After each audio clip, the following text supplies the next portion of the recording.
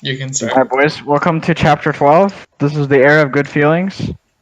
So you should know that the War of 1812 was the first thing to happen here.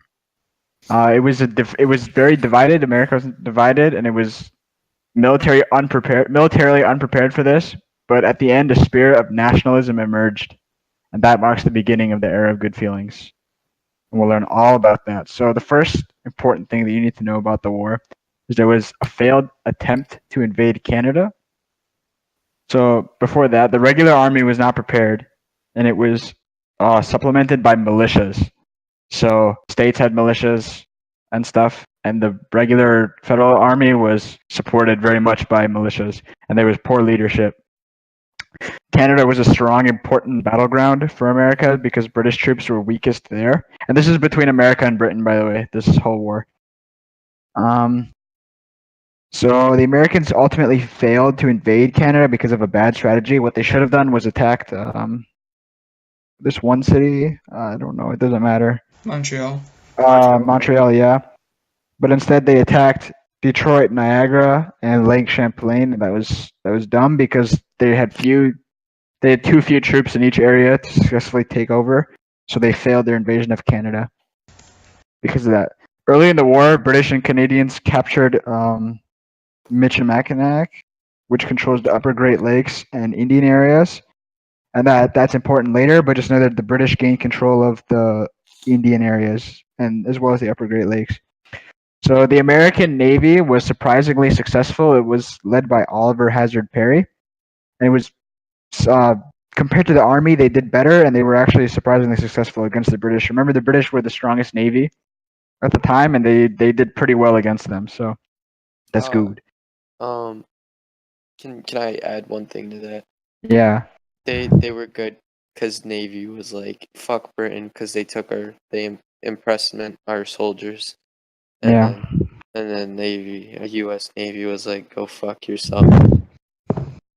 Yeah, I guess. Okay, so late 1814, Napoleon he flees the sea, and American troops had to face the British 1v1 for the first time. So yeah, that happened. So the British attempted to invade New York, and Thomas Macdonough, I think is how you pronounce it. He defended. This is the Battle of Plattsburgh, and this was a very significant battle. It saved the Upper New York from conquest and New England from further disaffection and the Union from dissolving. So if they had captured Plattsburgh and New York, they probably would have lost all of New England, but they didn't. They successfully defended. And it profoundly affected concurrent negotiations of Anglo-American peace treaty in Europe.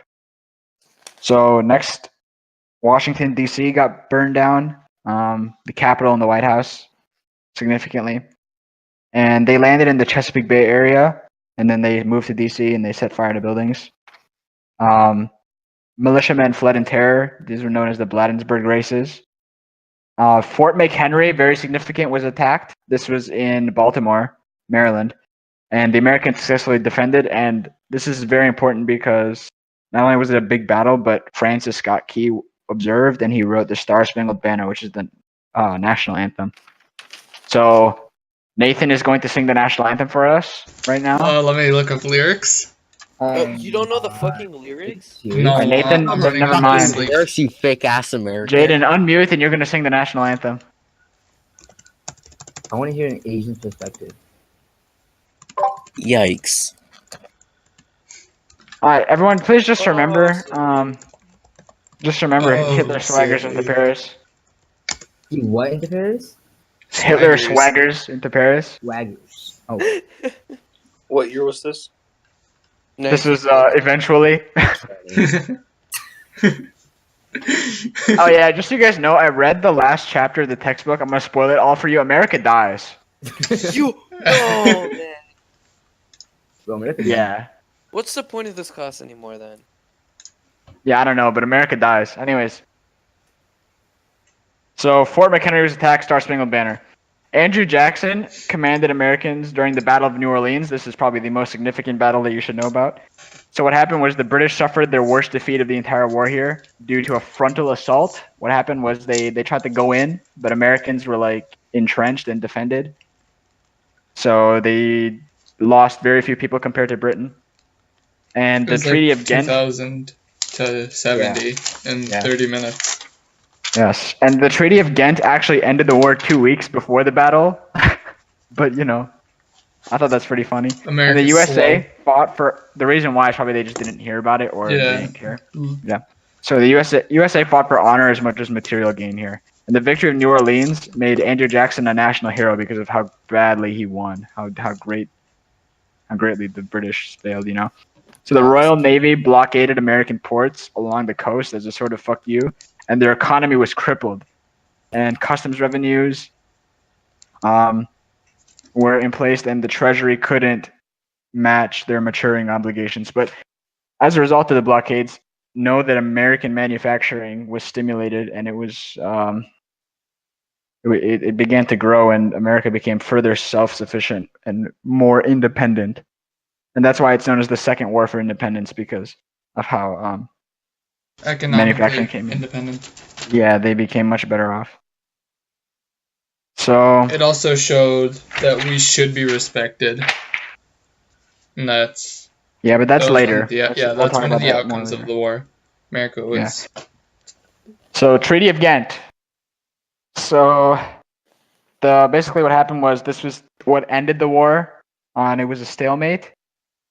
And maybe you want to know one reason why it ended is because first both sides just got tired of fighting, but also this guy in Russia who was the Tsar, Alexander I, he did not want his British ally spending its strength on America.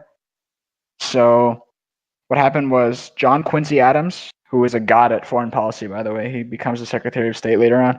He's really good at negotiating and stuff. He goes to Ghent, which is in Belgium, and they agreed on something. So the British eventually they wanted a lot of land, but the Americans were like, "No, what are you doing? No." And the Treaty of Ghent basically just turned out to be an agreement to stop fighting and restore any and all conquered territory. So the Americans hadn't defeated the British, and neither side was able to impose its will, and it was just a draw. That's what you need to know, is that it didn't get anything done. They just stopped fighting, and that's it. So the war basically had no significance at all other than the end nationalism emerged. But like what actually happened and got done, nothing really. People died, that's it. And it was a rather small war. So then you have the Hartford Convention. It was small worldwide, but big on America because it proved big that on they'll America, fight yeah. for what they believe. Yeah. So Hartford Convention, this was a meeting of Federalists, and it addressed their grievances. So New England hadn't been as economically crippled as the rest. Minority extremists proposed secession, or at least a separate peace treaty with Britain. So what that does, it's like, wait, what are you guys doing? No. So basically, that kills federalism. That kills the Federalist Party in the U.S. They lose basically all of their importance, except for John Marshall. He's still ruling the Supreme Court. We'll talk more about him later. But yeah, so what you need to know is at the Hartford Convention, they proposed secession, and that killed off the Federalist Party, basically. But it did establish a precedent of talking about secession, which the South would later use towards the Civil War. So that's important. That's a good thing to know. So basically, this was a meeting to address the wrongs, and then they proposed secession. That was stupid.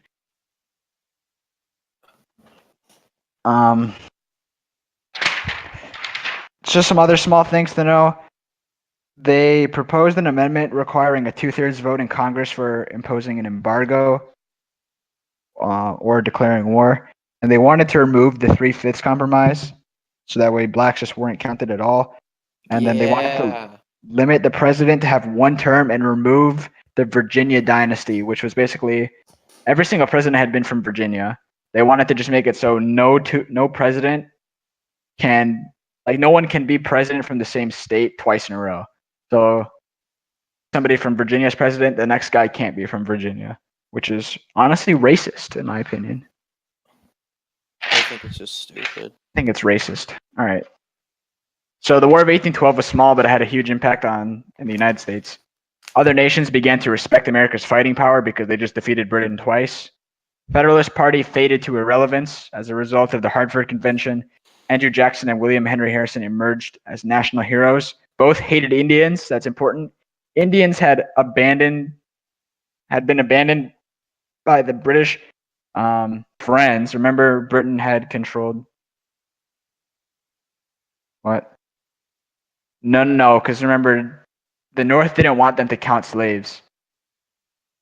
The Harvard Convention was by people from the North, and they didn't want slaves to be counted as people. So it would just state that they're property. Suck my dick, Chris. You're so dumb.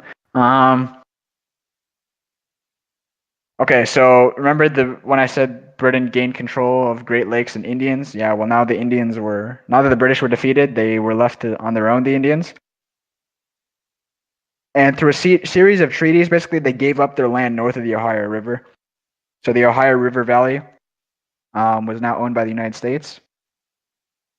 British blockade had stimulated manufacturing, as I said before, and Americans were further independent, and such they wanted to grow bigger, so they wanted to start moving west. The Treaty of Ghent left many Canadians feeling betrayed. The sense of nationalism increased largely in both America and Canada, and they were especially... How disrespectful, he just fucking... Well, Leave. Jaden's been deafened. Well, Jaden doesn't care. Yeah. Ooh. When Jaden gets a B on the test and he cries, it's whatever. I lost it. Okay. So the Canadians' sense of nationalism increased, and they were especially aggrieved by inability to gain an Indian buffer state to control their Great Lakes, but nobody fucking cares about Canada, so... Rush-Baga Agreement was a crucial first step in demilitarizing the U.S.-Canadian border. Note that this imposed strict restrictions on as a naval armament on the Great Lakes, so it kind of kept people out of the Great Lakes military-wise. So it was like a peaceful border. And as a result of Napoleon's defeat in Waterloo in 1815, Europe entered a peace of exhaustion, and the U.S. looked to the West. All right, they were like, all right, fuck you, Europe. You're dumb. You're bad. Don't want to talk to you anymore. So they started to move west and grow their country.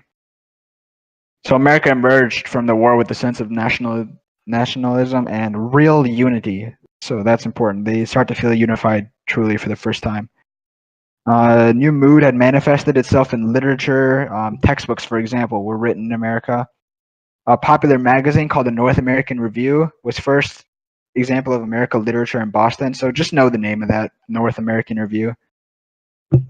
Some more examples of stuff getting done under the new nationalism. Both the United States, under the Bank of the United States, was revived in 1816. So that was the second one. Remember, the first one expired in 1811. The new one happened now in 1816, and a new capital was being rebuilt, and the army was expanded. Remember, the capital got burned down, so they had to rebuild it. Now we have Henry Clay. One thing you need to know for the AP test is that Henry Clay never dies, ever. He's still alive to this day. Wait. Wait a minute. He's probably in Cuba with X and Tupac. Neither of those two died, by the way. They faked their death. They're in Cuba right now. What about Lil Peep and Demi Lovato? Yeah. They're probably also alive in Cuba. Oh, why Cuba? Because Tupac's in Cuba. Where else would they go? No, Hitler's in Argentina, Avery. He just DM'd me. No, Hitler's alive. He's in Argentina. But Henry Clay, he never ever dies. He does a lot of things. Basically, what I'm trying to say, he gets a lot of stuff done. He's a very important guy, and he's still alive right now. Actually, he's in my basement. We were just. Put him on the mic. Put him on the mic. No. I can't do that. Why not? Don't worry. He's shy. Okay. So the American system was by Henry Clay. And know that the nationalism also manifested itself in foreign policy, in economics, but also in manufacturing here. And manufacturing is really important for this. So the American system. Self-imposed embargoes force people to provide for themselves for goods and products, etc. that's manufacturing. And the British began to offer goods at a stupidly cheap price to troll American manufacturers. They were So the dumping on tariff- the American economy. Yeah. Go back to economics. Yeah, so the British were literally just trolling the manufacturers because they had this surplus of goods and they just needed to get rid of it, so they offered it to Americans for a stupidly cheap price, and the manufacturers were crying about it because Stupid Yeah. Chinese people. it's known as dumping. Thank you, Chris. So the tariff of 1816 was a response to that. It was a response to the American industries crying for protection as their sale drops. And this tariff was about 20 to 25%. And though it didn't completely dissuade British goods, it was another form of nationalism. And this was the first tariff imposed for the sole purpose of the defending It was goods. the Remember, first every other protective tariff. every other tariff, like for example, the tariff by Hamilton, I mean, that was mostly for revenue, but this was for the sole purpose of protecting American economy. So yes, very important. So the American system was proposed by Henry Clay, and it was a three-part step. So the first thing was the idea of a strong banking system provided, and it would provide abundant credit. So remember, the other bank expired in 1811. So for 5 years, state banks were doing stuff, and the economy was sort of like unstable. So the national bank would restabilize it.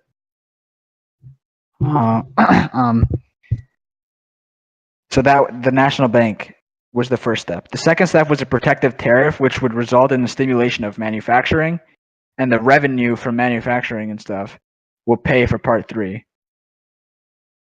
And part three was a network of canals and roads would be built, especially linking the Ohio Valley to the rest of the state, the rest of the states.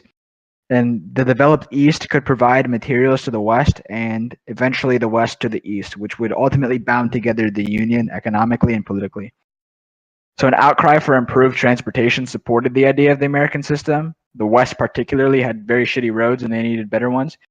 But Madison vetoed Congress's agreement to distribute money to the states for internal improvements. And that was because he thought it was unconstitutional. Remember, Madison. Does it say Madison, or am I trolling? I feel like I'm trolling. I feel like it wasn't Madison. Okay, it was Madison. So Madison was anti-federalist, kind of.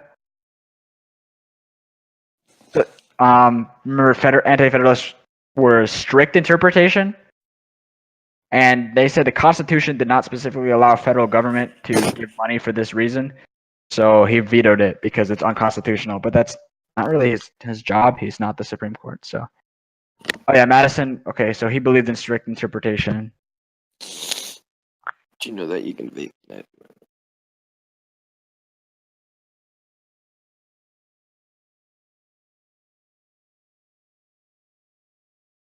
Yeah, so he believed in strict interpretation. The Constitution didn't allow for this, so no. So that's why he vetoed that. The states had to be on their own for these construction projects, so the states ended up paying for a lot. One example, very important, very, very important. The Erie Canal was completed by New York single-handedly in 1825. You know, New York. Very nice. Anti-federalists who had adopted some ideas of loose construction didn't like the idea of interstate internal improvements because they're fucking stupid and they don't want their country to develop because they're anti-federalists. Stupid fucking pussy. No, seriously, like, why don't they want America to succeed? I don't understand. So the New England states didn't like it because it would increase competition from the West. They thought that they'd have to compete for their goods. Shut the fuck up, you're retarded. So now we're into more on the era of good feelings here. James Monroe was another Virginian. He was elected president. He was an anti-federalist, and he won 183 to 34. So you see, the Federalist Party really died as a result of the Hartford Convention. James Monroe wasn't a charismatic god like some of the other presidents, but he knew what he was doing, and that is what mattered at the time. Area of good feeling. Huh? About what? Who's the guy? Who knew who he was doing? James Monroe. Okay. So the Era of Good Feelings refers to the tranquility and approval of Monroe. He was very popular, and it was a very peaceful time because they just finished the war, and Europe was kind of cooling off as well. So it was a very peaceful time. However, the nation was still troubled with some issues, such as the bank, the tariff, and the internal improvements was debated, and the over-speculation of land as well. Sectionalism began to solidify, and debates over slavery also began. Panic of 1819 also soured the idea of Era of Good Feelings. So this was a paralyzing economic panic that took place in 1819, obviously. And it was the first national financial crisis under the Constitution. And it was largely over the speculation of frontier lands. The West was hit hard, obviously, because they were the frontier lands. The Bank of the U.S. pushed Western banks to the wall and foreclosed mortgages on countless farms. And debates over inhumanity of debtors' prisons was also bad. People were being put in jail for owing money, and people thought that was inhumane. So more on the West, 9 frontier states had been admitted, and they were alternating between free and slave states. And it was currently balanced. It was 11-11, 11 free, 11 slave. And there were a few reasons to go west. Soil had been exhausted. Remember, tobacco farming and stuff really made soil not good anymore, so they needed more land to farm. Cheap land was also available, and that attracted European immigrants. And of course, the idea of Western expansion was also supported, making the country bigger, supported by some people. Improved infrastructure, such as the Cumberland Road, which connected Maryland to Illinois, was there. That's pretty important. And Indian removal as well. Remember, they signed those treaties to get the Indians out of the area, and they had the Ohio River Valley. So the use of steamboats began an era of upstream navigation as well. Shut the fuck up, Avery. It's not important. You said Michigan was admitted. You might want that. I don't care. So the West was still weak in population and political influence, though. Remember, they were just starting out. They didn't have as many people as the East. And so they allied with each other to be heard. And the Land Act of 1820 was in response to the demand for cheap land. That's one example of the West doing stuff. Land Act of 1820. So now we have the debate over slavery and sectional balance. Missouri wanted to be admitted as a slave state. Congress wanted it to be a free state. So Congress passed the Talmadge Amendment. It amended the bill for Missouri's admittance. And it said that no more slaves could be brought to Missouri, and that they would gradually emancipate already existing slaves. And this angered the Southerners because they thought it was a step towards abolitionism, and they didn't want that. They needed slaves. So Southerners viewed it as a threat to sectional balance as well. The North was becoming wealthier and more densely settled, and the North controlled the House as a result of that because they had more people and more representation. But there was still an 11-11 balance in the Senate. So the South had their voice and they were equal there. So the abolitionist movements over the inhumanity of bondage rose in the North as well. So they were talking about how slavery is bad and it's inhumane and stuff. So to solve this problem, they came up with the Missouri Compromise. This was again by Henry Clay, the man who is still alive in my basement. He's heading to Cuba tomorrow. He played a large role here. So Missouri was allowed to be a slave state, but Maine, which was a part of Massachusetts, would become a free state, and the balance would stay at 12-12. Also, all future bondage in Louisiana Purchase was prohibited above the 3630 line. That's important. 3630. Don't forget that. Southern bondage of Missouri. Oh, that was the southern boundary of Missouri, and the Missouri Compromise was no one was really happy, but no one was really sad about it either. And it lasted like 34 years, and it preserved the shaky compact of the state. So it kept the states bounded together, and they still had to address the morality of slavery as a whole. Thomas Jefferson predicted it would burst on us as a tornado. That's what he said, and that's true. It did come back. So while it solved the idea of balance, still people were debating over whether slavery is good or not. So now let's talk about John Marshall and the great things he's done for this country. So we're just going to go over a few court cases here. First thing you should know, McCullough versus Maryland. So this said that Maryland tried to tax the Bank of the United States. Because the bank was federal, a state couldn't tax it. So it was ruled unconstitutional. So this put federal policies above state powers. Another thing to remember, Maryland, just know this, Madison versus, no, fuck, I forgot what it is. Hold on. I didn't write this down, I'm just trying to remember it. It's like Marbury versus Madison, I think. Yeah, Marbury versus Madison. Just remember that's judicial review. Just you have to know all these Supreme Court cases on the AP exam. I know that, like unironically, you need to know them. So Marbury versus Madison, judicial review. McCullough versus Maryland. States can't tax the national bank because the national bank is above the states. It's national. Another thing, Cohens versus Virginia. So the Cohen brothers, just some background, they sold lottery tickets illegally, and this gave more power to the Supreme Court by establishing the fact that the Supreme Court can go over or review state courts. So they were found guilty by Virginia court, and the Supreme Court said, okay, yeah, you're still guilty. But what they did is they went over the state court. Like they reviewed their decision and stated that, yeah, they can do that. So it put them above. So just know, everything he did, he put the Supreme Court above. He gave more power to the federal government. Another one, Gibbons versus Ogden. New York wanted to grant a monopoly to an interstate ferry, and they would like provide goods and stuff. But the Supreme Court ruled that that only Congress could control interstate commerce. So New York can't grant that monopoly because it was an interstate ferry. It wasn't just in New York. So the Supreme Court said only Congress can do interstate commerce. More cases, Fletcher versus Peck. Georgia legislature granted land to private speculators through bribes. This is corruption purely. This is absolute corruption. And so a public outcry caused the next legislative group to cancel the crooked transaction. But Supreme Court said that it was a contract, and even though it was corrupt, it was still an agreement that they signed and stuff, so it had to be upheld. So this protects property rights because they own the property. They can't get it taken away because of state legislature. That's not how it works.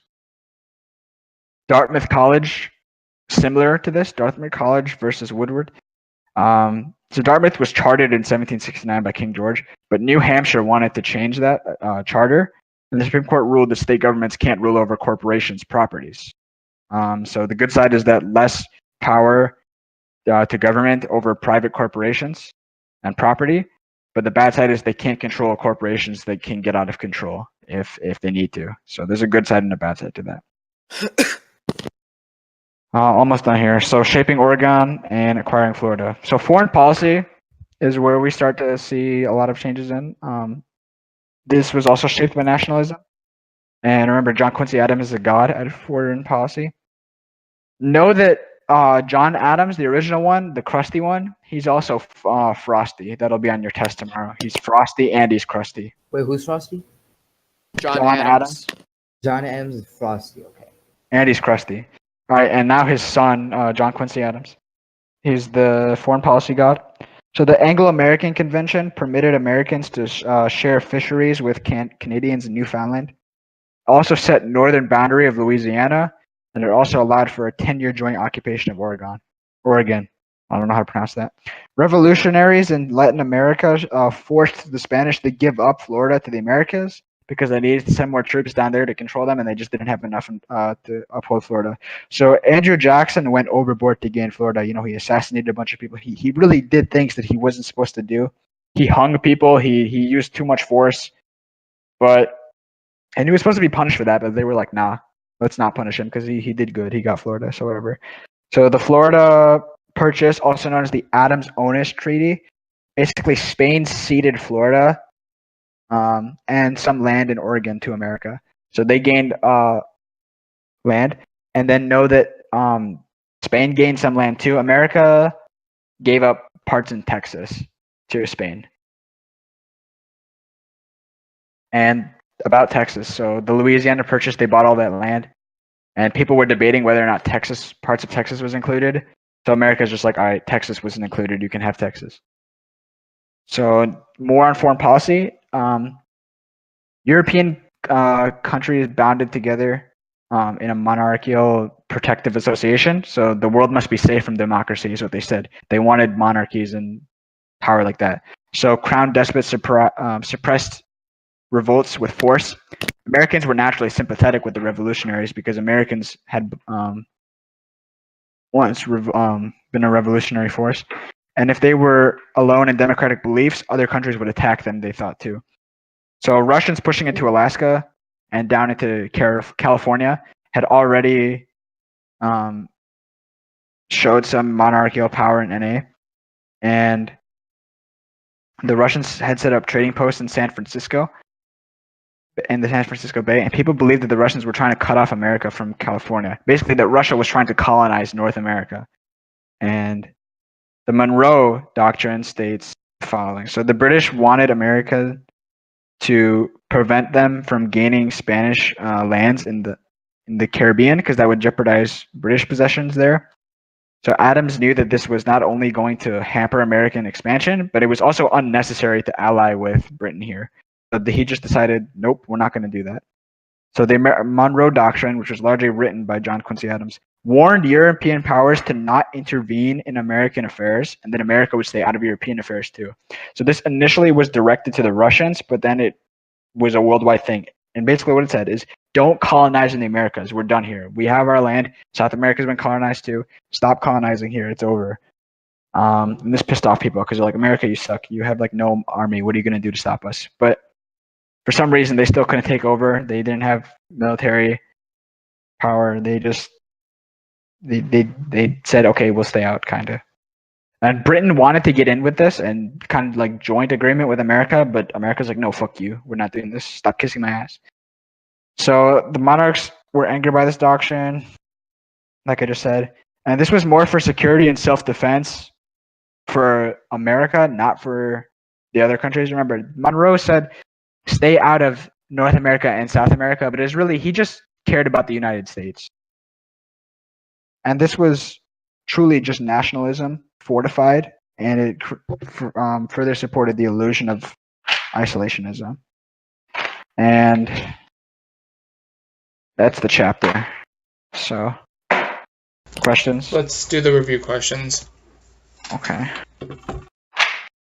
I have a question. Can you repeat everything? No, okay. All right. So the War of No. You're funny. That wasn't. All right. The three decisive battles that turned the War of 1812 were. Let's see here. New England, Baltimore, and New Orleans, probably. Oh no.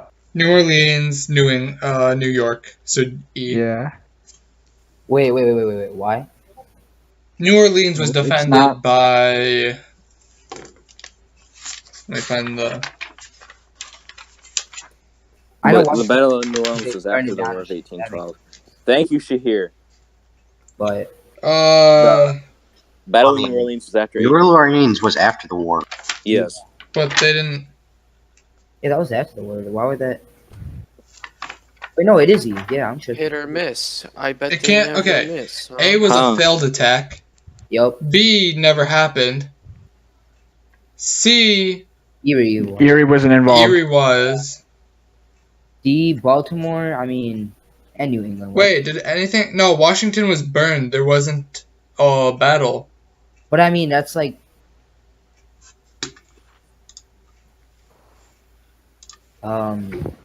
Oof. Avery. What? Oh. This probably won't be a test, right? I'm pretty sure it's E. No, I think it's E. Thanks. That could be Washington wasn't a E or bad, but I C. mean, it was like. It's I definitely think it's D. how can it be C? Because the first battle. I think it's probably E. Erie. I think- Erie wasn't involved though. Yeah, it was. I mean, it was. but The, it was How the did shit. How did E The favor the Constitution. Americans? How does the Battle of Washington favor the Americans? Battle of Washington was when they burned down Washington. It didn't do Yeah. anything It can't- good it- for I don't How does think that it's favor the Americans.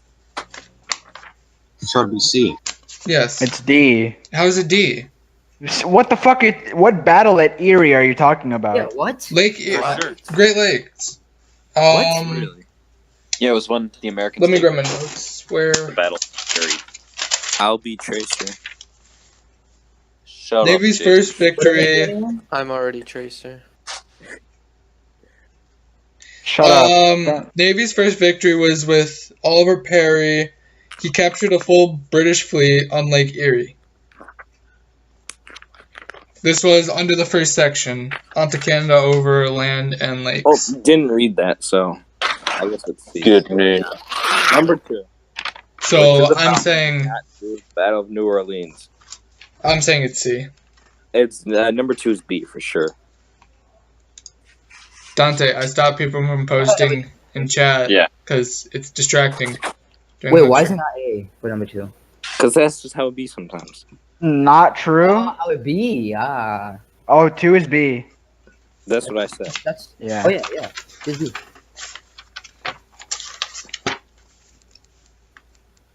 I would have got 3A. 3A was, I don't know. Actually, It happened after the treaty was signed. I thought, so is that A? 3 is A? A. Yeah. Because, Attention, everybody. I would like to quote David Moskovich. oh my god. I'm already Tracer. You sent me this. Yep, Oh. okay, fellas. Y'all know what the, oh. Where are we sending it? It's in the. Wait, where did you put it? I put it in general. Alright, boys, so how's Like, it going on November? Moving to general. I don't have jeez. access to general. How's your Everyone November- has access. You just don't have access to type. Oh, You have I to didn't open even it. see it. I thought it David, was how's going on gone. November going on with you? What's been going on? Where is it? No, Yeah. get that out of here. Get this out of here, Chris. What's this? Oh, that's cheating. That's Yeah, that's what I'm cheating. saying. One Izzy. That's what I'm saying. I think it's C. Now they're good. But how is it? How did Washington favor America? No, it's C. Yeah. Well, I don't The know. burning of the Capitol How does the didn't do burning of the anything Capitol? to They're just further. Okay, it didn't push America's favor. All right, just let's skip this question. Okay. Alright, fuck. Alright, go Number to two That's is what I'm B. saying. C. Number 2 is B. 3 is A. A. Y'all ever beat your kids? okay. Sometimes. A is it's A. What's 4 wrong? is A. A. Easily. Yeah. 5 is I think it's A C. C. again. C. C. It could be A. New nationalism. Oh, it- accept. It's not described. It's C.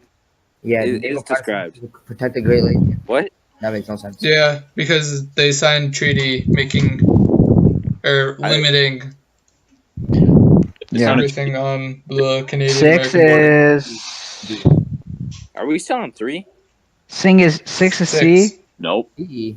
What? 6 is C. We're on. Wait, I think Mm, it could be D. Where are we? I don't think it promoted a home Dang. market. wait. I hope Chris is posting the answers. Chris, where are the answers? Dante, are you fucking dumb? We're looking at the AP review questions for chapter 12. No. 245A. the Review questions. Come on, Chris. You're supposed to do this. Okay, take out your textbook. 6, I don't know what 6 is. I want to say C, but I'm pretty sure it's C. Like, how is it? How could it be D? How is it? How does it promote American home markets? What's the American system? Oh my god. If I'm gonna be Yeah. honest with you, Chief, I wasn't paying attention for almost the entire study session. Alright, you're banned. All right, Bob, you can't say that. I should be banned like Dante too then, because he messed up C- counting. C didn't have anything. Okay, didn't really. Yo, have anything Jason, do with we have the anything West. to do in psych tomorrow? I don't think so, because we just finished up the Oh, vote. you're in psych, Michael? I Not think an it's AP D, psych. because I it talks wanna- about the 3-tier program. Yeah. I want an AP psych next year, probably. Promote Oh, I just said it America's was C, you home fucking markets. monkey. Yeah. No, Oh. This is D, Hey, yeah. hey, I think it's you guys D. will like It this can't be one, C. guys. Yeah, How do come I back. edit a message? Oh, here we Campaign go. to develop bring greater democracy to the West. Oh yeah, It wasn't just the West. It was all economic. over the country. Yeah, exactly. Yeah. Definitely D. Come on, Michael, you should know this. I'm barely awake. 7. There are good feelings refers to. 7 is B. If you What really, does exuberance mean? Fuck if I know. you know, it's actually 1034 to think about it. What does exuberance mean? I don't know. Oh, I say 7's B. 7 is D. Okay, it's A. No, Def- Michael. I don't know what Just you're because talking it's a big word. After you the don't understand definition of about. Exuberance. exuberance, it's like good energy. A I to feel like C. it's A, Probably B. but it could be It's- B as well. I don't it's fucking- B. I'm pretty sure it's No, B. because it was the first 2 years of Monroe's presidency, when he did the tour and everyone liked him. Nah, dude, the Arab Good Feelings was this entire fucking time period. I don't know what you're talking No, about. it was 2 years because it says it was a misleading name. Oh, really? Yes. for sure. Let me find. So the is it quote. A or B? I'm saying it's B. because none of it's right, except it did happen during his presidency. There are good feelings. Unfortunately, with something of a misnomer. Considerable tranquility and prosperity did in fact smile upon the early years of Monroe, but the period was a troubled one. The acute issues of a Oh yeah, that tariff- was because of the slavery debate and the tariffs and Yeah. stuff. and the conflict Pretty sure over it's slavery fake, was though. beginning to raise its hideous head. You're hideous. Definitely B. So It's it's not B. A? I It's don't B. know. Okay. Alright, 8. I'm saying A is C. Like B is a safer answer, but I feel like A could still be partially true. Not well. A, definitely C. B is more specific. Yeah. Okay. In Europe that began to reach American shores. Yeah. Don't you hate it when you buy children from Africa? You want to stop? Okay, A to Actually, I C. don't. It works out very well. You want to stop? You guys No. ever just fucking. A to All A to these- C. Let's finish. A to C. I want to get off. A to C. 9 is E. Because they never gave away land.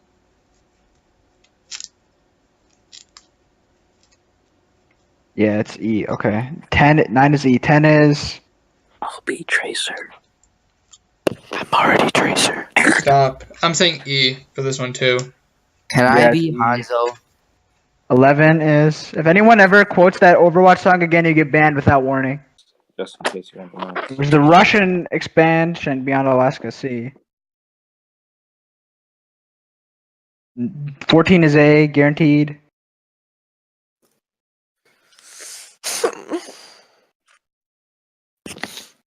That's it.